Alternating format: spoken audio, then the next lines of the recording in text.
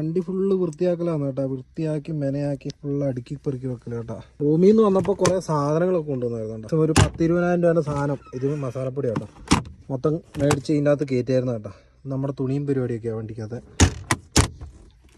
ഇത് പിന്നെ ഇതൊക്കെ സാധനം കേട്ടോ. സാധനങ്ങൾ അതിൻ്റെ ഉള്ളിലൊക്കെ സാധനമുണ്ട്. മൊത്തം സാധനം ഇത് ഇതിൻ്റെ ഉള്ളിൽ ഡ്രസ്സ് ഐറ്റംസ് കുറച്ചും കൂടി ബാലൻസ് ഉണ്ട്. അങ്ങനെയുള്ള സംഭവങ്ങൾ. ഇത് കുപ്പിവെള്ളം കേട്ടോ. ഇതിന് നമ്മുടെ പോളണ്ടിൽ 2 ചില്ലറ.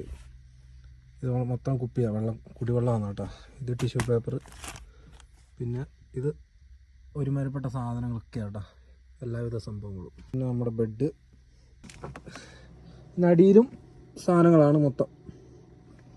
അന്ന് പറഞ്ഞായിരുന്നു നമ്മുടെ ചിമിട്ട ഫ്രിഡ്ജാണ്, ഫുൾ സാധനം കേട്ടോ. കുറച്ച് ആളുകൾ വന്നായിരുന്നു കേട്ടോ. ഒരു ബൈബിള് തന്നു. അതുകൊണ്ടാ ഇവിടെ ജർമ്മനിയിൽ പാർക്കിങ്ങിൽ വന്നപ്പോൾ അവർ ബൈബിള് വരും കേട്ടോ. ഞാൻ രാവിലെ കുർബാനയൊക്കെ വെച്ചിട്ട് ഇങ്ങനെ ഇരിക്കുന്ന സമയത്താണ് രാവിലെ വന്നത് അവർ.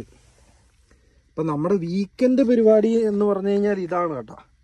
വണ്ടിയെല്ലാം അടിയായിട്ട് അടിച്ച് നനച്ച് വൃത്തിയാക്കി വീട്ടിലെ പെമ്പിള്ളേരെന്താ ചെയ്യുന്നത് അത് തന്നെ പരിപാടി. നമ്മുടെ ട്രക്ക് ഡ്രൈവേഴ്സിൻ്റെ മെയിൻ പരിപാടി കേട്ടോ വീക്കെൻഡ്.